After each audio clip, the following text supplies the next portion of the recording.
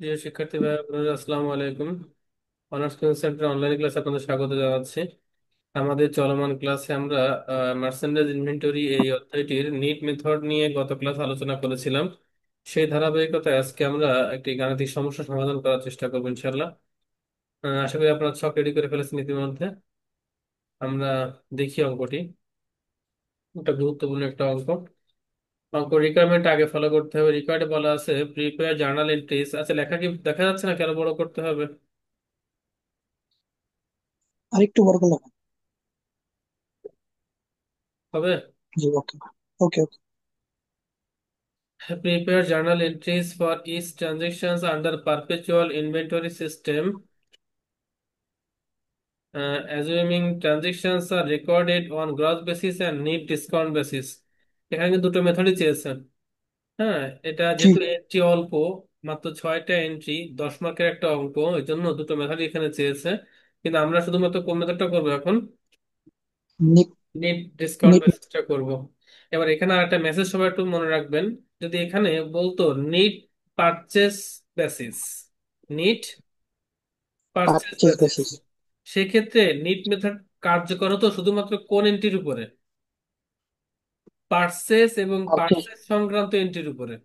Purchase সংক্রান্ত জি। Entry কোনটা? Purchase, purchase return, এবং সে পাওনাদারকে টাকা পরিশোধ। সেই ক্ষেত্রে কিন্তু সেলস এর উপর নিট মেথড কার্যকর হতো না। সেলস মেথড আগের মতো নর্মাল গ্রস মেথডে থাকতো। যদি এবার রিকোয়ারমেন্টে বলতো নিট সেলস বেসিস করেন, নিট তাহলে সেলস বেসিস, তখন নিট মেথডটা কার্যকর হবে শুধুমাত্র কোন এন্ট্রির উপরে? সেলস এবং সেলস সেলস বেসিস। সংক্রান্ত এন্ট্রির উপরে। তখন কিন্তু আবার পার্চেসের উপরে কোনো কাজ হবে না, পার্চেস নর্মাল মেসেজে থাকবে। এই দুটো কথা কিন্তু মনে জি। রাখতে হবে। এই জন্য রিকোয়ারমেন্টটা ভালো করে পড়ে তারপর কিন্তু সলিউশন করতে হবে। খালি নিট বেসিস দেখলাম আর শুরু করলাম, সেটা এরকম না। নিটের পরে সেলস বা পার্চেস উল্লেখ আছে কিনা, যেমন এখানেই সেলস বা পার্চেস কোনো কিছুই উল্লেখ নাই। তার মানে এখানে আমরা দুটোর উপরেই কার্যকর করবো, পার্চেসের উপর কার্যকর করব, সেলসের উপরও কার্যকর করব। কথা কি ক্লিয়ার? কার্যকর করবে। আচ্ছা, জি। এবার শুরু করি আমরা। Soya Traders is a distributor as well as wholesaler. In the month of June 2008 he complete the following transaction 2008। Okay, fine. প্রথমে June 1, purchase merchandise on account টাকা 75,000 from M company terms 210 and 40। এখানে F O B destination আছে। আমরা জানি F O B destination থাকলে পরিবহন খরচ কে বহন করে? ক্রেতা। এফ কারবার। ও বি ডেস্টিনেশন থাকলে পরিবহন খরচ কে বহন করে? ক্রেতা। বিক্রেতা। এফ ও বি শিপিং থাকলে ক্রেতা। ও, হ্যাঁ। তাহলে এখানে পরিবহন খরচ বহন করবে বিক্রেতা, কিন্তু আমরা এখানে পারচেস করতেছি না, আমরা এখানে কি? ক্রেতা। তার মানে ক্রেতা। এই পরিবহনটা কিন্তু আমাদের ধর্তব্যের বিষয় নয়। The appropriate party also made a cash payment of টাকা 1,000 ফর ফ্রেট। যথাযথ পক্ষ 1,000 টাকা পেমেন্ট করছে পরিবহন বাবদ। এই যথাযথ পক্ষ কি আমরা নাকি বিক্রেতা? বিক্রেতা। সুতরাং বিক্রেতা। এখানে এই পরিবহনের এন্ট্রি কিন্তু আমাদের রেকর্ড করার কোনো প্রয়োজন নাই। ব্যাপারটা কি বোঝাতে পেরেছি? তাহলে এখানে ইয়েস। শুধুমাত্র জি। আমরা ক্রয়টাকে রেকর্ড করব। চলুন এবার যাই। তাহলে পারপেচুয়াল ক্রয় যাবে, আমরা জানি মার্চেন্ডাইজ ইনভেন্টরি ডেবিট আর অ্যাকাউন্টস পেয়াবেল ক্রেডিট। আর যেহেতু নিট মেথড, এই 75,000 টাকার মধ্যে সম্ভব আটটা ঢুকে আছে কত পার্সেন্ট? 2%। পার্সেন্ট। চলুন আগে জাবেদা করি। 2008 জুন 1, 2008 জুন 1। লেখা কি আর একটু বড় করতে হবে? আর একটু বড় হালকা করলে একটু হবে। বড়। তাহলে প্রথম জাবেদা হচ্ছে মার্চেন্ডাইজ ইনভেন্টরি ডেবিট,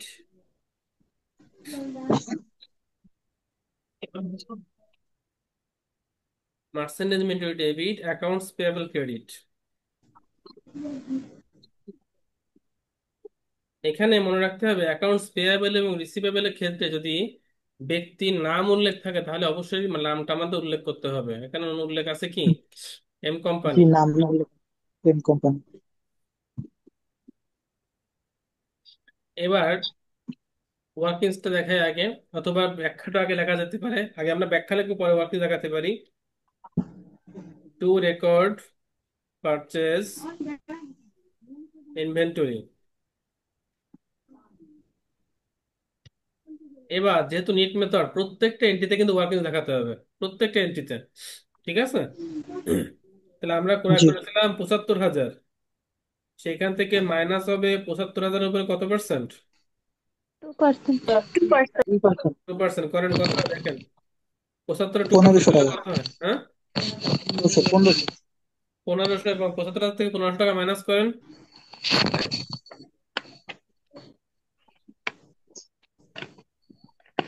74,000 সামথিং। 73,500। 73,500। হ্যাঁ, এই ওয়ার্কিংসটা দেখিয়ে তারপর টাকা পোস্টিং হবে। নিট মেথডে ওয়ার্কিংসটা কিন্তু খুব গুরুত্বপূর্ণ, ঠিক আছে? জি। আপনারা আমার সঙ্গে দ্রুত করবেন, কিন্তু ওখানে দেখবেন না।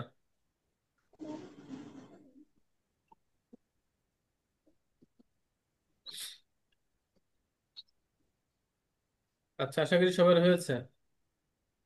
বুঝতে না পারলে প্রশ্ন করবেন, হ্যাঁ? যাচ্ছি পরের এন্ট্রিতে। সোল্ড মার্চেন্ডাইজ অন অ্যাকাউন্ট, এবার আমরা বিক্রি করছি বাকিতে মার্টিন ট্রেডিং এর কাছে টাকা 80,000। কস্ট প্রাইস সোল্ড মার্চেন্ডাইজ টাকা 59,000। আমরা জানি পারপেচুয়ালি বিক্রয়ের সাথে ক্রয় মূল্যের প্রয়োজন হয় নাকি বিক্রয় এন্ট্রিতে? জি। আচ্ছা, এবার আমরা বিক্রি করছি, এখানে টার্মস দেওয়া আছে। এফ ও বি ডেস্টিনেশন, তার মানে পরিবহন খরচ বিক্রেতা। বিক্রেতা কারা এখানে? আমরা। আমরা। তার মানে এই যে 1,000 টাকা ফ্রেট, এটা কিন্তু আমাদেরকে রেকর্ড করতে হবে। তার মানে এখানে যাবে যাবে মোট জি। তিনটা: বিক্রয় মূল্যের জন্য, ক্রয় মূল্যের জন্য, পরিবহনের জন্য। কটা যাবে হবে এখানে? 3টা। 3টা। তিনটা। তাহলে আমরা শুরু করি প্রথমে, আস্তে আস্তে। প্রথমে আমরা বিক্রয় মূল্যে যাবে দেবো account receivable Martin debit sales credit. 7 তারিখ, জুন 7। রোমান সংখ্যা 1 2 দেওয়া যেতে পারে, অথবা এবিসি করে দেওয়া যেতে পারে, যেভাবে দিতে পারেন, ঠিক আছে? আপনি এবিসি করে দিতে পারেন, অথবা রোমান সংখ্যা এবি করে দিতে পারেন, যেহেতু জাবেদা একাধিক। তাহলে প্রথম জাবেদা হচ্ছে অ্যাকাউন্টস রিসিভেবল ডেবিট।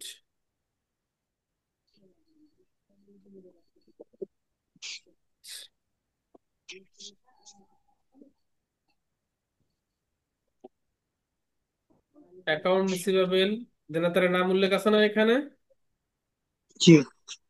হ্যাঁ। Account receivable Martin debit sales credit. এখানে ব্যাখ্যা কি লিখতে পারি আমরা? রেকর্ড রেকর্ড তো এটা সেল। করে সেলস। Sales on account. আচ্ছা, এবার ওয়ার্কিংস। আমরা বিক্রয় করছি কত টাকা, বিক্রয় মূল্য কত ছিল? 80,000।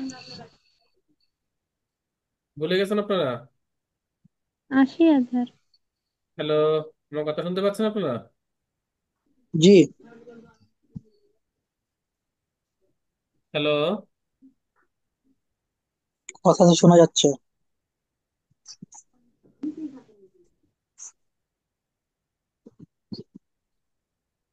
আমার কথা শোনা যাচ্ছে?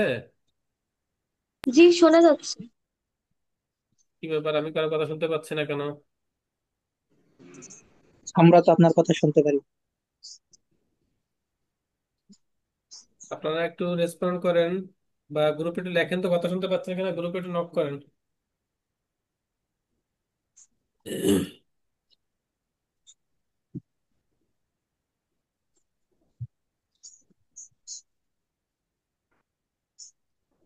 হ্যালো, শোনা যাচ্ছে কথা? জি স্যার, আমরা তো শুনতে পাচ্ছি। ও আচ্ছা, আমার এখানে সাউন্ড একটু সমস্যা হয়েছিল, সাউন্ডের লাইটটা অফ হয়ে গেছিল। আচ্ছা, যাই হোক, আমাদের ওয়ার্কিংসে 80,000 ছিল বিক্রয় মূল্য নাকি? জি। হ্যাঁ। 80,000 থেকে 80,000 উপরে কত পার্সেন্ট বাদ দিতে হবে? 2%। ইন্টু 2%। 2%। 80,000 2% করলে হবে 1,600 টাকা, মাইনাস করলে কত হয়? 16 টাকা। 78,400। 400। 78,400। এই ওয়ার্কিং গুলো বুঝতে না পারলে প্রশ্ন করবেন প্লিজ, হ্যাঁ? এইখানে আমরা এই দাগটা দিয়ে দিতে পারি, অথবা দাগ না দিয়ে তিনটা চাপে দাগ করে তাহলে একবার দাগ দিতে পারি, ঠিক আছে? এই যে দাগ, জি। এগুলো আমরা দিতে পারি, কোনো সমস্যা নেই। এবার 1 নম্বর জাবেদা হয়ে গেল, কারো কোনো সমস্যা নেই তো? হুম। না। এবার 2 নম্বর যাবে। 2 নম্বর জাবেদা আমরা ক্রয় মূল্যের জন্য, ক্রয় মূল্য জাবেদা কি হয়? Cost of goods cost of goods sold debit, আর মার্চেন্ডাইজ ইনভেন্টরি ক্রেডিট, তাই না? জি। হ্যাঁ। এখানে ব্যাখ্যা কি লিখতে পারি আমরা? Two record cost of goods to sold. Record goods sold. Two record cost of goods sold. Cost of goods sold কত ছিল? 59,000। 59,000। আর 3 নম্বর জাবেদাটা কিসের হবে? ফ্রেট। পরিবহনে কি জাবেদা হবে? Freight freight in. Out freight debit, out. না এটা ফ্রেট আউট, আউট। এটা ইন না। আউট। এটা কুইকটা পরিবহন না, freight freight out. Out debit debit cash cash credit. Credit, সরাসরি 1,000 টাকা। To record freight out.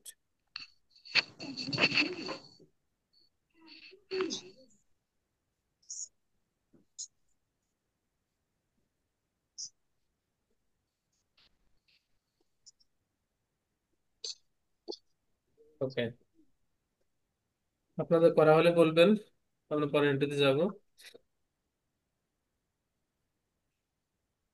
দেখেন, রুলস যদি আপনি আয়ত্ত করতে পারেন তাহলে কিন্তু এসব অঙ্ক কোনো বিষয় না, তাই না? সব কিন্তু রুলস এর ভিতরেই। জি। যাবো পরের এন্ট্রিতে। জি। আচ্ছা, number 8, sent a debit memorandum to M company, টাকা 2,000 due to poor quality from the purchase of June 1। বলছে আমাদের যে আমরা জুনের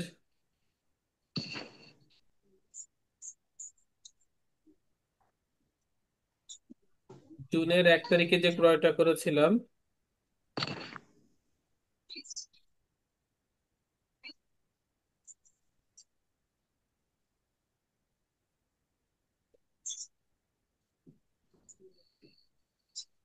জুনের 1 তারিখে যে ক্রয় করেছিলাম সেখানে কিছু পুয়ার কোয়ালিটির মার্চেন্ডাইজ ছিল, মানে নিম্নমানের পণ্য ছিল। সেই জি। কিছু নিম্নমানের পণ্য আমরা সেন্ট, সেন্ট মানে কি? পাঠানো। বিক্রয় করে সেন্ট পাঠাই মানে দেব। কি? পাঠানো। হ্যাঁ, সোল্ড মানে বিক্রি, সেন্ট মানে পাঠানো, রিসিপ্ট মানে গ্রহণ, সেন্ট মানে পাঠানো। আমরা পাঠানো। এম কোম্পানিকে কিছু পণ্য ফেরত পাঠিয়েছি, কেন? ফর পুয়ার কোয়ালিটি, কিছু নিম্নমানের কোয়ালিটি পণ্য ভালো ছিল, ছিল। কোয়ালিটি ভালো ছিল না। নিম্নমানের জন্য। তার মানে এটা কি ফেরত? ক্রয় ফেরত না বিক্রয় ফেরত? ক্রয় ফেরত। নিঃসন্দেহে ক্রয় ক্রয় ফেরত। ফেরত। তাহলে আমাদের ক্রয় ফেরত যাবে, যাব আমরা 8 তারিখে। ঠিক ক্রয়ের বিপরীত জাবেদা। ক্রয় জাবেদা ছিল ইনভেন্টরি টু অ্যাকাউন্টস পেবল, এখন জাবেদা দেবে accounts payable to account payable inventory. আর মার্চেন্টাইল। হ্যাঁ, তার মানে এখন যাবে দেবে accounts payable M company debit, hmm. আর মার্চেন্ডাইজ ইনভেন্টরি ক্রেডিট। এবার ব্যাখ্যা লিখতে পারি আমরা। টু রেকর্ড, টু রেকর্ড কি লিখবো বলেন? Purchase return. Purchase return. Two record purchase return. এবার ওয়ার্কিং দেখাতে হবে। এই যে 2,000 টাকা পণ্য আমরা রিটার্ন পাঠাচ্ছি, এই 2,000 টাকা, এই 2,000 টাকা এই 75,000 একটা অংশ না? জি। হ্যাঁ। তার মানে এর মধ্যে কত পার্সেন্ট বারটা অন্তর্ভুক্ত আছে? 2%। 2%। 2%। ওইটা আমাকে বাদ দিয়ে রেকর্ড করতে হবে। তাহলে second bracket 2,000, first bracket, sorry, minus first bracket 2,000 into 2%। কি ব্যাপার? 2%, 2,000 2% করলে মেবি হবে 40 টাকা, মাইনাস করলে থাকবে 1,960 টাকা। 60 টাকা। তাহলে 1,960, 1,960। এই মার্চেন্ট ইনভেন্টরি অঙ্কটা কিন্তু কম্পালসারি অঙ্ক, এটা কিন্তু পরীক্ষা ইনশাল্লাহ থাকবেই। কিন্তু এটা কিন্তু ভালো করে করে যেতে হবে, যে পরীক্ষায় আসলে আমাকে করে আসতে হবে ইনশাল্লাহ, ঠিক আছে? এটা পার্ট বি তে আসবে নাকি সি তে আসবে? পার্ট সিতে আসার সম্ভাবনা বেশি থাকে সবসময়। ও। ওকে, নাম্বার আবারও জুন 8, রিসিভড। এবার তাহলে কি আমরা গ্রহণ করছি, তাই না? জি। এই ডেবিট মেমোরেন্ডাম একটা ব্যাখ্যা আমরা পাচ্ছি কাদের কাছ থেকে? ব্যাখ্যা পাচ্ছি মার্টিনের কাছ থেকে। মার্টিন। 7,000 ফর পুর quality merchandise sold on June 5। আমরা যদি June 5 তারিখটা ভুল আছে, এটা হবে June 7, June 7। আমরা মার্টিনের কাছ থেকে পোর কোয়ালিটির ব্যাকআপ সহ 7,000 টাকার পণ্য ফেরত পেয়েছি, যা 7 তারিখে বিক্রি করেছিলাম। যে মার্চেন্ডাইজ রিটার্ন আসছে তার কস্ট প্রাইস দেওয়া আছে কত? 3,000। 3,000। তার মানে বিক্রয় যেমন ডবল জাবেদা হয়েছে, বিক্রি ফেরতের জাবেদা কয়টা হবে? ডবল জাবেদা। একটা দুইটা। বিক্রয় মূল্যের জন্য আর একটা ক্রয় মূল্যের জন্য, তাই তো? ওকে। নাম্বার 8। আবারও নাম্বার 8। প্রমাণ সংখ্যা 1। তাহলে প্রথমে জাবেদা ছিল আমাদের বিক্রয় ঠিক অপোজিট জাবেদা। বিক্রি জাবেদা কি ছিল? Account receivable Martin debit sales credit. যদি এখানে সেলস ডেবিট হবে না, এখানে ডেবিট হবে কে? Cost of sales sales return. Return and allowance. Sales return and allowance debit. Balance মানে? বিক্রয় ফেরত ও সঞ্চিতি, ওর একটা ব্যাখ্যা আছে যে কেন আমরা এটা ডেবিট করি, ওটা পরে কোনোদিন আলোচনা করার সুযোগ থাকলে করবো।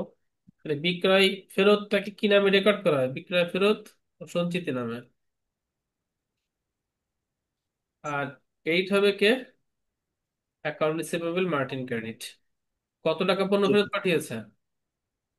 3,000। 7,000।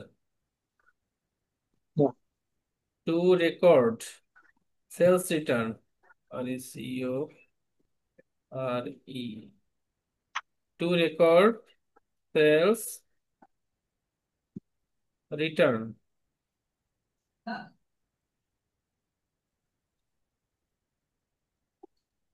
ও, এখানে তো ওয়ার্কিং দেখাতে হবে।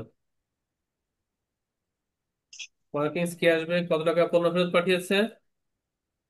7,000। 7,000। তার উপরে 7,000-এর উপরে বাট্টা আছে কত পার্সেন্ট? 2%। 2%। দেখেন কত হয়। 7,000 2% করলে কত? 140।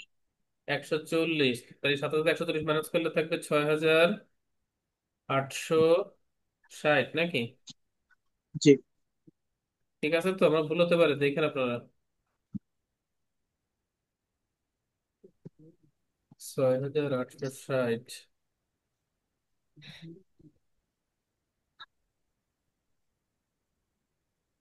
আচ্ছা, এখানে জাবেদা আরো একটা হবে। 2 নম্বর জাবেদা দিয়ে।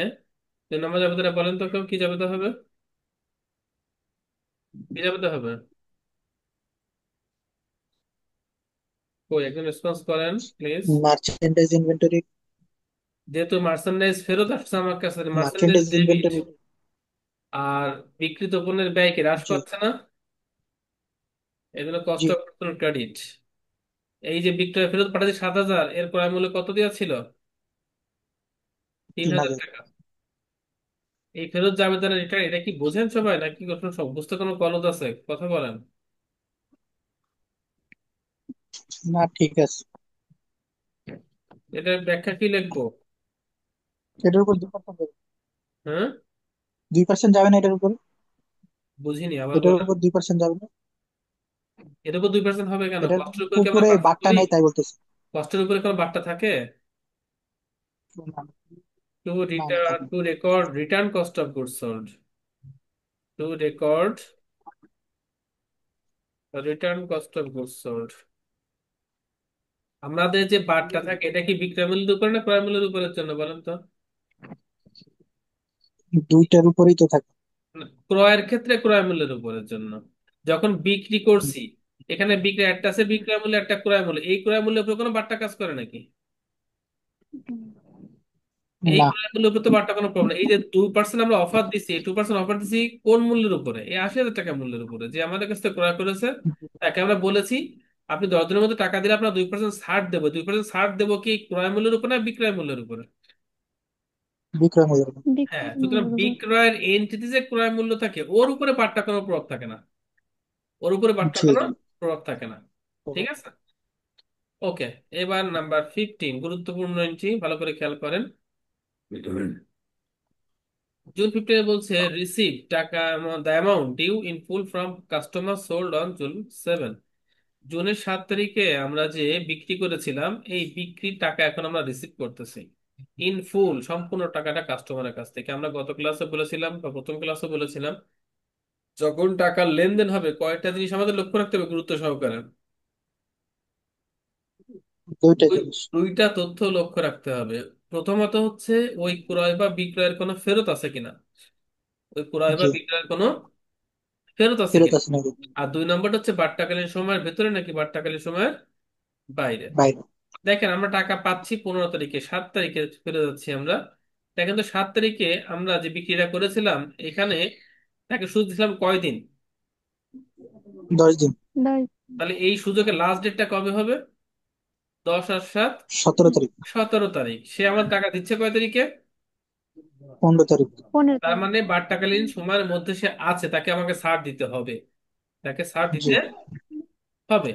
তাহলে তার কাছ থেকে আমরা মোট টাকা পাবো নাকি নিট টাকা পাবো? নিট টাকা পড়বে। নিট টাকা পাবো। আমরা কি বারটা কাটবো নাকি অলরেডি আমাদের বারটা কেটে নিট টাকায় রেকর্ড করা আছে অ্যাকাউন্ট রিসিভেবল? নিট টাকায় রেকর্ড করে আছে। নিট নিট টাকা কিন্তু টাকায় রেকর্ড রেকর্ড করা করা আছে। আছে। শুধুমাত্র আমাদের কি করতে হবে, যদি ফেরত থাকে ফেরতটা মাইনাস করে দিতে হবে। কারণ সে যে টাকা ফেরত পাঠিয়েছে ওই টাকা তো সে আমাকে দেবে না, দিবে? না। এই যে অ্যাকাউন্ট রিসিভেবল ডেবিট ছিল কত? 78,400। 400। সেখান থেকে ফেরতের কারণে ক্রেডিট হয়ে গেছে কত? 6,860। 60। তার মানে ওই টাকা থেকে এই টাকাটা মাইনাস করে বাকি টাকাটা আমরা নিয়ে নেব। তাই তো ব্যাপারটা, এখানে বারটা কাটার আর কোনো দরকার নাই। নাই। তার মানে এখানে আমাদের যাবে হচ্ছে জুন 15-এ আমরা ক্যাশ পাচ্ছি, তাহলে ক্যাশ কি? ডেবিট। Cash cash debit. জি। ডেবিট। আর যে দেনাদার কাছ থেকে পাবো, দেনাদার কি হয়ে যাবে? ক্রেডিট। ক্রেডিট। তাহলে অ্যাকাউন্ট রিসিভেবল মার্টিন ক্রেডিট। এখানে ব্যাখ্যা লিখতে পারি, to record cash received, to record cash received. এবার ওয়ার্কিংস তো অবশ্যই দেখাতে হবে। আমাদের ইয়েস। প্রথমে দেনাদার ছিল কত? 78,400। জি। 78,400, সরি, 78,400। সেখান থেকে ফেরতের কারণে দেনাদার কমে গেছে কত? ছয় ছয় হাজার হাজার আটশো আটশো ছয় ষাট হাজার ষাট আট মাইনাস করেন। 6,860 কত হয় দেখেন।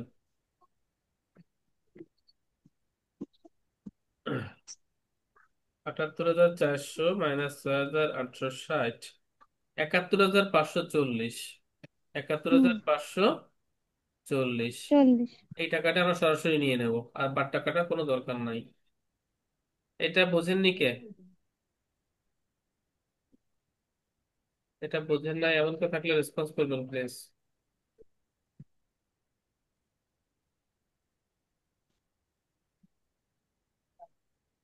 আচ্ছা, বুঝতে পারলে আমরা পয়েন্টে চলে যাব। আপনারা কি জি। পড়ছেন অঙ্ক আমার সাথে নাকি মোটামুটি খেলোয়াড়ের ভূমিকা আছেন না দর্শকের ভূমিকা আছেন, কোনটা?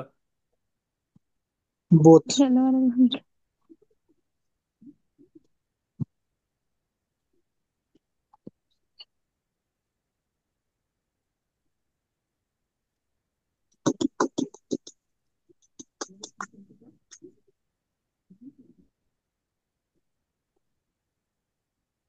আচ্ছা, লাস্ট এন্ট্রি দেখেন। এবার 16 তারিখে বলছে পেইড, আমরা এবার পরিশোধ করব। Full to supplier of June 1 purchase.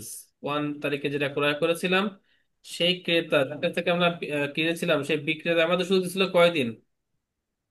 10 দিন। লাস্ট 10 ডেট দিন। কবে ছিল? 11 তারিখ। 11 তারিখ। আমরা টাকা দিচ্ছি কবে? 16 তারিখ। 16 তারিখ। কোনো ছাড় কি পাবো এখানে? না। না। কোনো ছাড় পাবো না।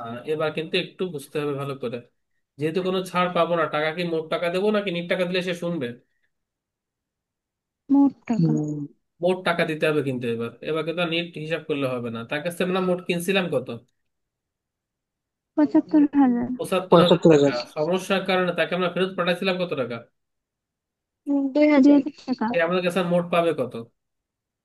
73,000 টাকা। 73,000 টাকার 1 টাকা কম দিলে সে কি এখন শুনবে? না। শুনবে না কিন্তু। আমরা জাবেদের আগে লিখি 16 তারিখ। তাহলে আমরা যেহেতু টাকা দেবো তার মানে অ্যাকাউন্টস পেয়েবল কি ডেবিট হবে নিঃসন্দেহে? জি। জি। অ্যাকাউন্টস পেয়েবল ডেবিট, ভালো কথা। আর টাকা দিলে ক্যাশ কি হবে, ডেবিট না ক্রেডিট?